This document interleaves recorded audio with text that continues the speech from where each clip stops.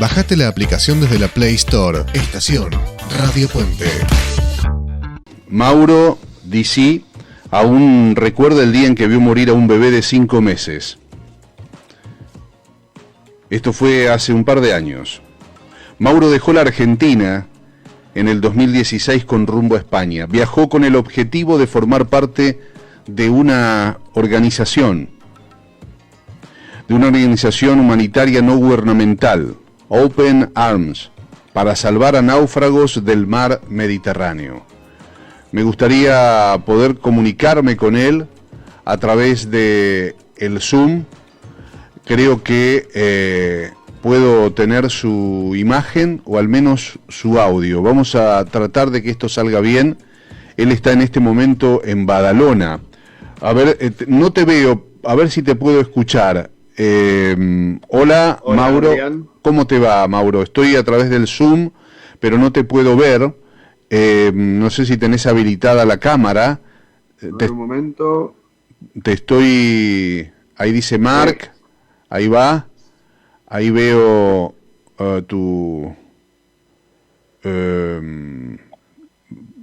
no sé. Bueno, veo... Sí, por alguna razón no estoy pudiendo, parece, compartir el video, pero te escucho perfectamente. ¿Tú me escuchabas bien a mí? Sí. Gracias por atendernos entonces. Voy a poner una imagen congelada tuya, ya que tengo una foto en uno de los barcos de rescate. Mira, Mauro, en principio a mí me cae muy bien la gente que puede ponerle el cuerpo a las causas. Digo, porque nosotros somos mucho de la palabra, los que estamos en los medios. Ahí te veo, Mark. Mark dice ahí, Mauro. Sí, Mauro. ha quedado el nombre porque es la última vez que se hizo una conferencia por Zoom acá, la hizo el capitán del barco, uno de los capitanes. Bien, espera que ahora acomodo aquí para que te podamos ver bien, con el Zoom también, como corresponde. Mientras tanto, bueno, agradecerte tu tiempo, ya a mediodía, ¿no? Allí en Badalona. Sí, un poquito más de la una. Bien, un poquito más de la una. ¿Vos sos de Castelar, de acá de la zona oeste? Sí, de Castelar de toda la vida, y bueno, el último tiempo que estuve en Argentina vivía por Ramos Mejía, así que sí, siempre por ahí oeste. ¿Y por qué decidiste irte a la ONG Open Arms? ¿Vos acá a qué te dedicabas? ¿Trabajabas en asistencia? ¿Cómo fue? Bueno, yo tenía un trabajo principal que era de informático, con el que financiaba otros proyectos personales que estaban relacionados a poder irme a trabajar a distintos lugares de rescatista, de guardavidas, digamos. Y ir perfeccionando y profesionalizando esa parte, ¿no? Que era la que me apasionaba. Tuve contacto con un compañero y amigo que había estado trabajando ya en España, y él había podido formar parte de la ONG en una misión como voluntario. Hasta ese momento yo venía siguiendo lo que hacían en las redes, y lo vi más alcanzable, así que empecé a planificar, poder hacer contacto primero con la empresa de socorrismo de la que nació la ONG, como para poder ir a hacer una misión. Y bueno, logré ir de misión, y una vez que estuve allí, un periodo que inicialmente iba a ser de 20 días, se fue haciendo más largo, me iba involucrando más hasta que llegó un momento, donde tuve que tomar la decisión si me quedaba y me abocaba 100% a esto, o volvía a mi vida en Argentina, que la había dejado en stand-by. Y aquí en Argentina, ¿a quién tenés afectivamente, digo, fuertes, que extrañes? ¿Quiénes son? Bueno, me quedan parte de mi familia. Mi núcleo familiar se ha venido para España en el 2019. Ah, mira. Y sí, o sea, mis padres, mi hermana y mis sobrinas y mi cuñado están aquí. Ah, pero bueno, tengo... Qué suerte en algún punto, eso es importante, ¿no? Es súper importante. La verdad que al final los lugares son la gente, y tener a la familia cerca, o parte, digamos, la más cercana aquí conmigo, aunque estamos un poquito desperdiados, pero es bastante cerca, ¿no? No es lo mismo tener que tomar un avión que poder en 2 horas estar estar visitándolos. Y me queda mi abuela allá, mis tíos, mis primas, primos y bueno, los amigos de toda la vida, que algunos con suerte han podido venir a visitar por aquí. Yo cuando tengo la oportunidad trato de ir también, pero bueno, no es algo que se pueda hacer con mucha frecuencia, ¿no? Hay un momento de lo que yo estaba leyendo tuyo que me estremeció y que creo que fue lo que marcó también tu propia vida, ¿no? Cuando tuviste que rescatar el cuerpo de una criatura que hemos visto nosotros también muchas veces por aquí, en rigor de verdad, fotos, lamentablemente, de migrantes y de criaturas que terminan apareciendo en la orilla. No sé qué playa es esa sobre el Mediterráneo. Creo que a vos te tocó vivir esa desgraciada experiencia, no como nosotros por la tapa de un diario, sino que ya en tu trabajo de rescatista, ¿verdad, Mauro? Sí, es correcto. Hubo misiones, bueno, puntualmente esa misión que comentás, que sí tuvo víctimas fatales, dos de las cuales eran niños. Uno había fallecido ya en la embarcación antes de empezar el rescate, antes de encontrarlo, y otro falleció durante la navegación porque no pudimos evacuarlo a tiempo. No nos habilitaron la evacuación, había muy mala meteorología y no pudo sobrevivir esa noche. Y sí, son cosas que te marcan mucho, la verdad. Con el tiempo y como nos dedicamos a esto, también uno se va haciendo inconscientemente como sus propios sistemas para, bueno, sobrellevarlo a nivel psicológico. A veces estás muy enfocado en lo que estás haciendo como para poder seguir, ¿no? Con el ritmo que te demanda la misión, porque al final no podés parar demasiado tiempo a una cosa así, porque atrás tenés otra persona que también está en riesgo de vida y la emergencia es la que determina, ¿no? La prioridad y el ritmo al que hay que ir, pero sí, es bastante distinto de verlo al final. Aquí la ONG nació de esta imagen que comentabas vos, que es la de Aylan Kurdi, que apareció ahogado en playas de una isla turca tratando de llegar a Lesbos cuando fue el estallido de la crisis migratoria por la guerra en Siria. Y de hecho esa imagen es la que movilizó que socorristas de aquí, de Proactiva, de una empresa de socorrismo catalana, se movilizaran hasta allá con los medios y con el presupuesto que tenían en ese momento y se pusieran a prestar sus servicios de guardavida en un inicio desde la costa y luego que ha decantado, ¿no? en este crecimiento que ha tenido la organización, que hoy tiene una flota de 3 barcos. Mauro, te hago una consulta. Bueno, hoy estás en Badalona, me decías, llegaste a tu casa y estabas tomando unos mates, pero ¿cada cuánto salís o salen? Porque tengo entendido, aparte después me gustaría que le cuentes a la gente todas las personas que viajan, porque tengo entendido también que viajan personas que puedan hablar otros idiomas para rescatar y poder saber, no las historias, pero bueno, qué es lo que están necesitando esas personas que rescatan. Y además, bueno, otras cosas como sienten el olor, si tienen olor a petróleo, los tienen que dividir. Bueno, hay un montón de cuestiones que me gustaría que le cuentes a la gente. ¿Cómo es el trabajo desde que subís al barco hasta que llegás a la misión y los ven y tienen que ir a rescatarlos? Bueno, nosotros nos embarcamos como tripulación profesional cada 6 semanas. Hay una parte de la tripulación que es staff fijo y otra parte es voluntaria. Los roles voluntarios son médico, enfermera, cocinero.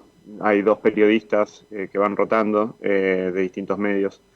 Hay 4 socorristas o guardavidas, digamos. Y luego tenemos el mediador cultural, que es esta figura que comentabas, que tiene que ser una persona que hable varios idiomas y en lo posible que haya estado trabajando también con distintas culturas de países africanos, como para, bueno, luego hay que hacer una gestión de todas las personas que tenemos a bordo en la cubierta.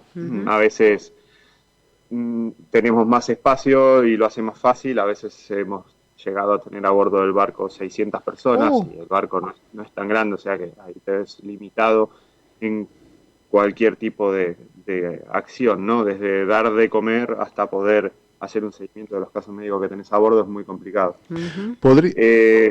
Sí, no, perdón, no, completá tranquilo. Es la ansiedad de hacerte otra pregunta, pero completá. No, bueno, porque es muy amplia la pregunta también, porque al final la operativa, nosotros preparamos el barco y eso también es un periodo que tratamos de hacer lo más corto posible, pero a veces nos vemos limitados a cosas que le pueden pasar al barco, alguna avería o simplemente el hecho de tener bien la llegada de las provisiones y arreglar con proveedores, porque vamos cambiando de puertos, también los puertos son los que nos asignan las autoridades en Italia, pero una vez que está el barco preparado y salimos a la zona de rescate, que es el Mediterráneo Central, es el zona SAR, se le dice, la sigla es Search and Rescue. Las zonas SARS es una nomenclatura que está definida por convenios internacionales. De hecho, el convenio SAR es un convenio que divide básicamente las aguas de todo el mundo en zonas SAR que son competencias de distintos países. Argentina tiene la suya también.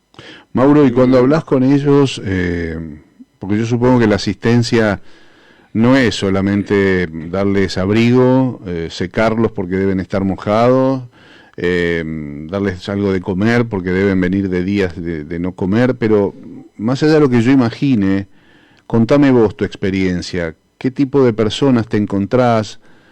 ¿De dónde suelen venir? ¿Y qué están buscando? ¿Y en qué situación están cuando vos los rescatás? Bueno, normalmente están deshidratados, tienen hambre, depende cuántos días hayan pasado en el mar. A veces hay suerte y los encontramos rápido, como fue el último rescate, que fueron 117, llevaban un día en el agua. Pero hay veces que llevan 4 o 5 días, depende de la zona de donde hayan salido. Obviamente, bueno, dependiendo de la situación de meteorología que haya, están con más o menos miedo, o puede haber gente en pánico, gente en shock. Hay veces que, bueno, hemos encontrado gente que ya ha fallecido arriba de las barcas, como mencionaba antes, de los bebés, bueno, el año pasado tuvimos una misión donde también una persona falleció por un golpe que le dieron los mismos traficantes que los estaban subiendo a esa embarcación, y la persona falleció durante la travesía. Luego, cuando suben al barco están muy cansados. Normalmente el primer día, al ser el lugar seguro, el primer lugar donde se sienten mínimamente seguros, toda la gente cae rendida, duerme. Nosotros tenemos una planificación de los días que están a bordo para tener siempre, más allá de las atenciones básicas, que serían dar de comer, hacer un primer chequeo médico. Antes comentaban el tema de la gasolina, eso también es algo que se detecta en las primeras instancias, porque si no lo detectamos, la gasolina con el agua salada genera una solución que quema la piel y esa quemadura va avanzando. Entonces una quemadura no detectada al principio puede desencadenar un caso más grave. Y ya el segundo día, bueno, vemos más actividad, empezamos a conocernos un poco. Se trata de dar el trato, valga la redundancia, más digno posible, ¿no? O sea, el barco es un barco de rescate y está preparado para eso, pero no es un barco en donde la gente, o sea, no está preparado para alojar muchos días a mucha gente. Entonces, dentro de las posibilidades que nos deja la cubierta del barco, tratamos de hacerlo lo mejor posible. Generamos un espacio distinto para las mujeres y los niños, dado que han sufrido bastante más que los hombres. La mayoría de ellas han sido víctimas de abusos sexuales. Bueno, más allá del espacio, tratamos o sea, nos relacionamos, pero de una Perdón, ¿dónde se produce ese abuso? ¿A dónde fueron? En Libia hay redes de tráfico de personas y existe la esclavitud como tal. La gente se la vende como mercancía. O sea, se comete vulneración de todo tipo de derechos y no hay ningún control. O sea, la situación política de Libia hace que sea una disputa entre milicias, principalmente entre dos facciones, ¿no?, que están en el oeste y en el oeste. Y este escenario, a la gente que está migrando, cuando llega ahí, incluso a veces se ve bloqueada o capturada, retenida, no puede ni siquiera volver a su país de origen, y la única opción que les queda es es arriesgar la vida en una de estas embarcaciones. El seguimiento de lo que pasa en Libia, hay algunas investigaciones periodísticas que se pueden encontrar. Ahora me viene rápido una del medio Vice, que han hecho un seguimiento de los campos de detención que hay ahí y los que se puede filmar. Hay otros que ni siquiera hay acceso y si a alguien le interesa y quiere indagar un poco más, lo invito a que lo haga y que tenga conciencia de cuando lo vea que eso es solo lo que se puede registrar, o sea, lo que han preparado para que accedan periodistas, o sea, se van a dar una idea de lo que puede estar pasando. ¿Y qué pasa legalmente cuando rescatan gente? Porque al ser migrantes están sin papeles, ¿cómo se manejan ustedes? ¿No los pueden ingresar a España o sí? Bueno, nosotros por la zona en la que operamos tenemos que ser coordinados por Malta o por Italia. Malta directamente no se hace cargo hace ya unos años, literalmente no responde el teléfono, no da ningún tipo de acuse de recibo de los casos que pasan en su zona SAR, y por consecuencia el país siguiente, digamos, que tiene que tomar la coordinación es Italia, que tiene una infraestructura bastante más grande, entonces es quien, aparte de tomar la coordinación, asigna al puerto, ¿no?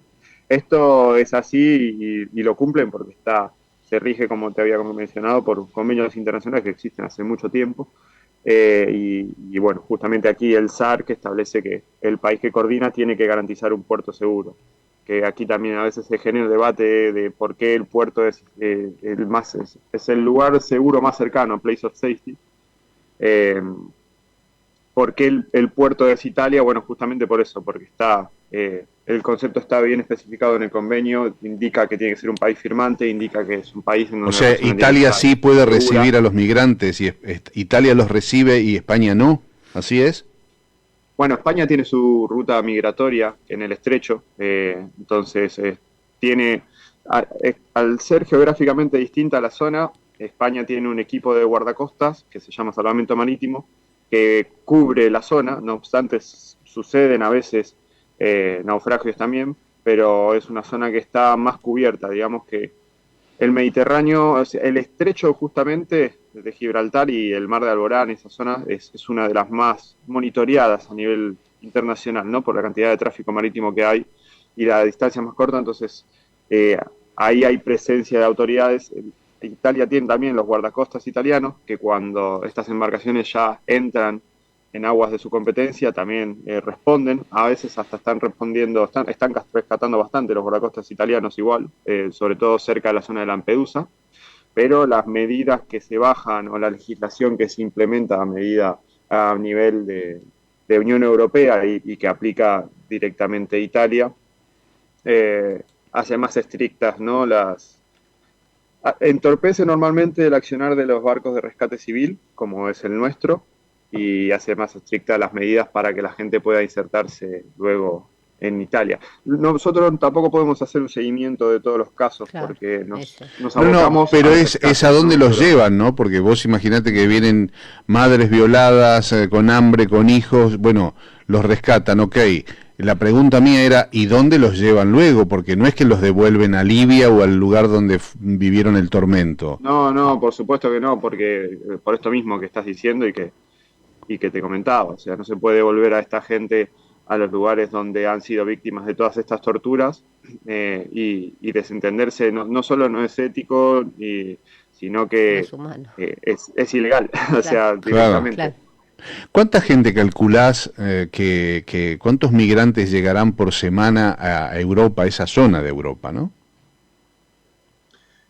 Mira, no sé decirte cuánta gente llega por semana, pero nosotros hemos rescatado 117 en el transcurso de esta misión y hemos hecho asistencias a barcos que rescató la Guardia Costera Italiana, o sea, de haber localizado la embarcación en peligro, asegurarla y que vengan, digamos, solicitar y demandar que se cumplan estos convenios y que vengan las autoridades italianas y los rescaten, y fueron otras 250 personas, ¿no? En total.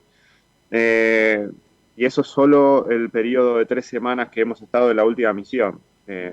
Hay más barcos de rescate civil que están también realizando operaciones de rescate en la zona, por lo cual, sobre todo en esta época del año, los rescates diarios son muchos. Claro, porque yo pensaba para los gobiernos, sea cual fuera, Italia, España, también es un tema delicado porque, digo, con el sentido humanitario vos los recibís, pero después, ¿cómo alojás a esa madre, a ese hijo? ¿Cómo lo insertás en la sociedad? ¿Cómo lo sostenés? ¿Qué trabajo van a tener? No es una cosa tan sencilla. Si además el número llega cada vez más grande. Digo, hay que tener una estructura, además de una humanidad, una estructura y una organización para contener e insertar, no solamente por una semana en una asistencia, sino qué haces después con la vida de esa gente, ¿no? ¿Cómo la ayudás a que tenga una vida normal? Bueno, mira, el tema es, si bien la gente llega a Italia,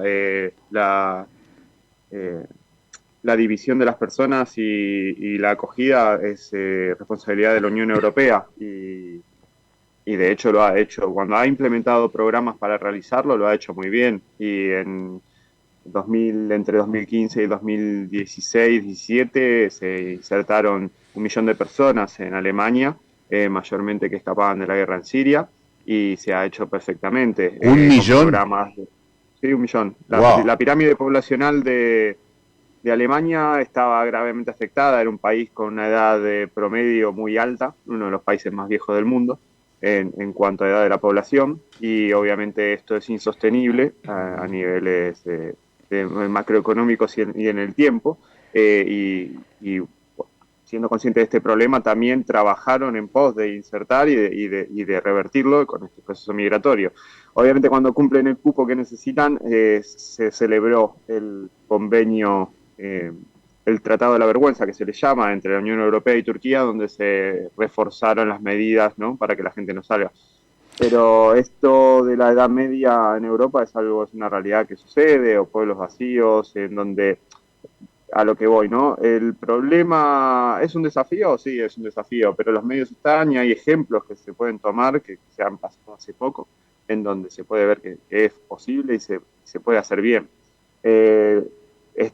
Endurecer las medidas de control sobre las fronteras o financiar policías internacionales como Frontex, con ese presupuesto se podría hacer tranquilamente en simultáneo una operación de rescate por parte de los estados de la Unión Europea que sea efectiva y que impida que la gente se muera en el mar, y un programa de acogida en donde estas personas puedan insertarse y sobre todo puedan tener acceso a sus derechos, porque muchas de estas personas tienen acceso a calidad de refugiado político o de la problemática que sea, porque hay muchas problemáticas que están reconocidas por la Unión Europea de los países donde estas personas escapan, ¿no? O sea que no es algo nuevo, no sería algo desconocido para asumir.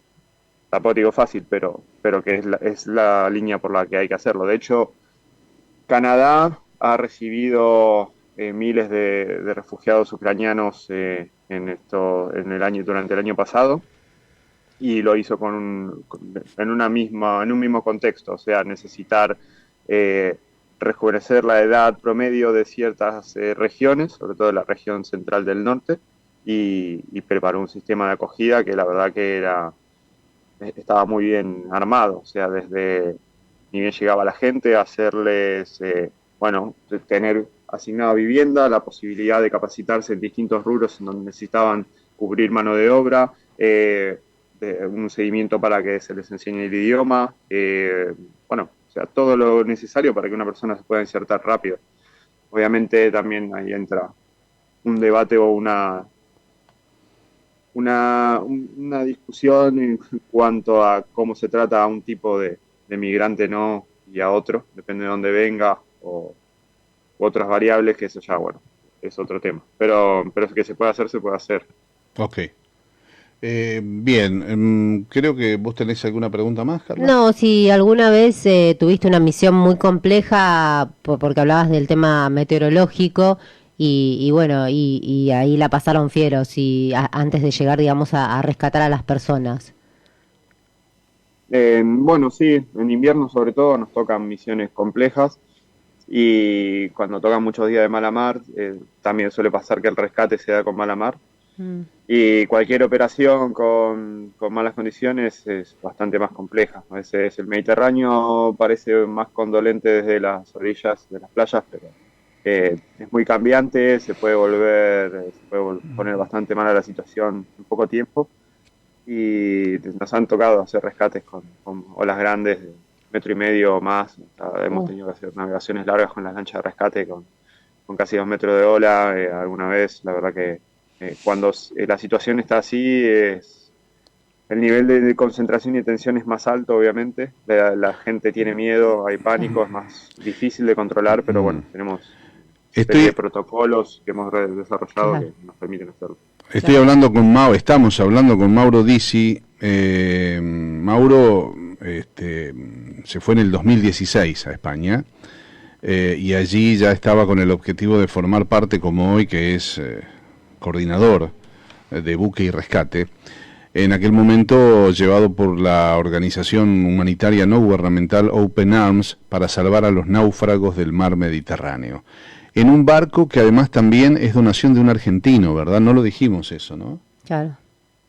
Sí, correcto. De hecho, lo que te comentaba de la recepción de migrantes en Canadá también fue una misión, un proyecto en donde colaboró Open Arms con Solidaire, que es la ONG también de Enrique Piñeiro.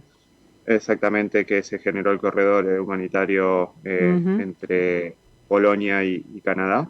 Y también, bueno, la donación del buque Open Arms 1, que es el buque más grande que tiene la flota, que realizó 2 misiones en el transcurso del año pasado. Y bueno, y ahora estamos finalizando preparativos a nivel más que nada administrativo para poder salir de vuelta con este barco también. Como los bomberos, salís cuando te llaman, estás 24/24 disponible, ¿o cómo funciona eso ahora? ¿Cuándo te toca la próxima misión? ¿O son bien organizadas y ya tenés durante, digamos, todo el año un mapa de ruta con una agenda específica de cuándo salen los barcos de rescate? Bueno, en principio sí, hay una planificación de todo el año, pero a veces es difícil cumplirla, porque no se pueden tener agendadas por ejemplo, a veces nos pueden bloquear el barco, nos pueden, a raíz de unas inspecciones que se hacen de manera metódica contra los barcos de rescate, podemos quedar fuera de agenda, pero bueno, normalmente yo cambio cada 6 semanas, entonces ya sé mis rotaciones, las puedo agendar. Y una vez que estamos embarcados y hemos salido del puerto, sí, estamos 24/7, o sea, todo 100% disponibles para cualquier situación de rescate.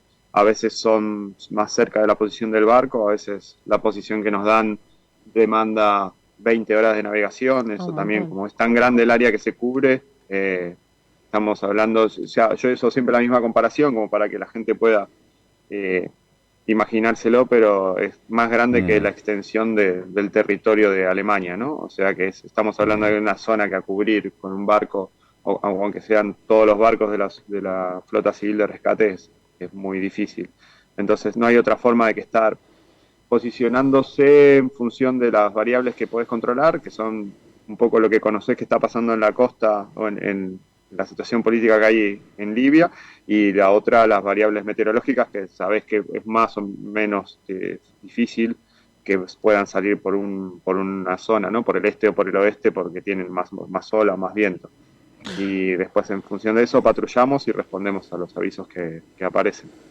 Y la última tiene que ver con vos y con la radio y con lo que genera la radio, que es la imaginación.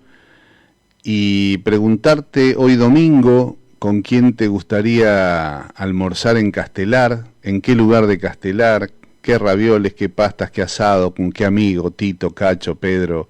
¿Con qué amiga?